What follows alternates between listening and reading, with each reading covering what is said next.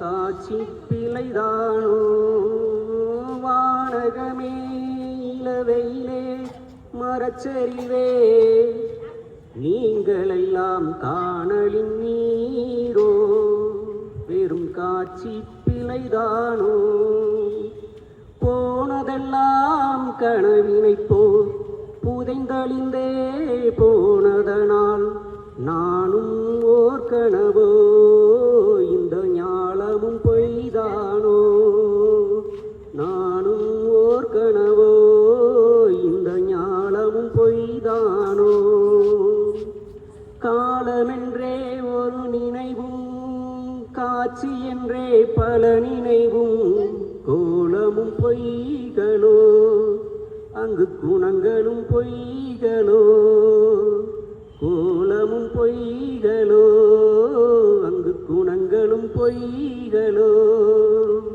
சோலையிலே மரங்கள் எல்லாம் தோன்றுவதோர் விதையில் என்றால் சோலை பொய்யாமோ இதை சொல்லொடு சேர்ப்பாரோ சோலை பொய்யாமோ இதை சொல்லொடு சேர்ப்பாரோ காண்பவெல்லாம் மறையும் என்றால் மறைந்ததெல்லாம் காண்பமன்றோ காண்பவெல்லாம் மறையும் என்றால் மறைந்ததெல்லாம் காண்பமன்றோ வீண்படு பொய்யிலே நித்தம் விதி தொடர்ந்திடுமோ வீண்படு பொய்யிலே நித்தம் விதி தொடர்ந்திடுமோ காண்பதுவே உறுதி கண்டோம் காண்பதல்லால் உறுதி இல்லை காண்பதுவே உறுதி கண்டோம்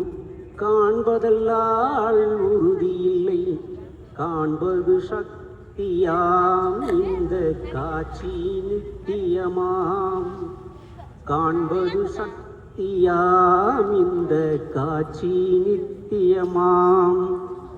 அனைவருக்கும் வணக்கம். இந்த இடத்தில் இந்த பாடலை பாடியது ஒரு தகவலுக்காக மட்டுமே எனக்கு குரல் வளம் அப்படிங்கிறதெல்லாம் அங்கே ஒன்றும் சொல்லிக்கிறது இல்லை.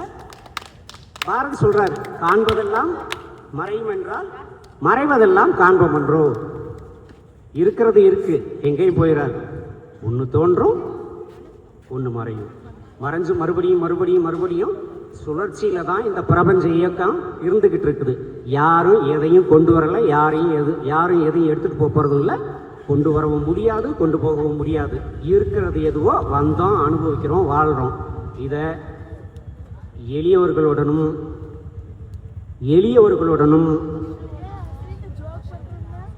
உலகில் வாழக்கூடிய உயிரினங்களுடனும் பகிர்ந்து வாழ கற்றுக்கொள்வோமானால் நமது வாழ்வு இனிமையாக அமையும்.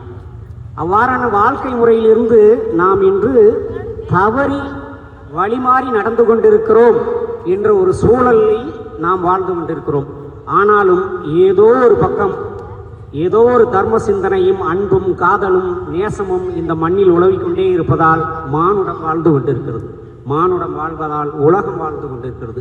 இந்த மானுடம் வாழ வகை செய்ய வேண்டிய கல்வியாளர்கள் இன்று திசை மாறி போய் கொண்டிருக்கிறார்கள்.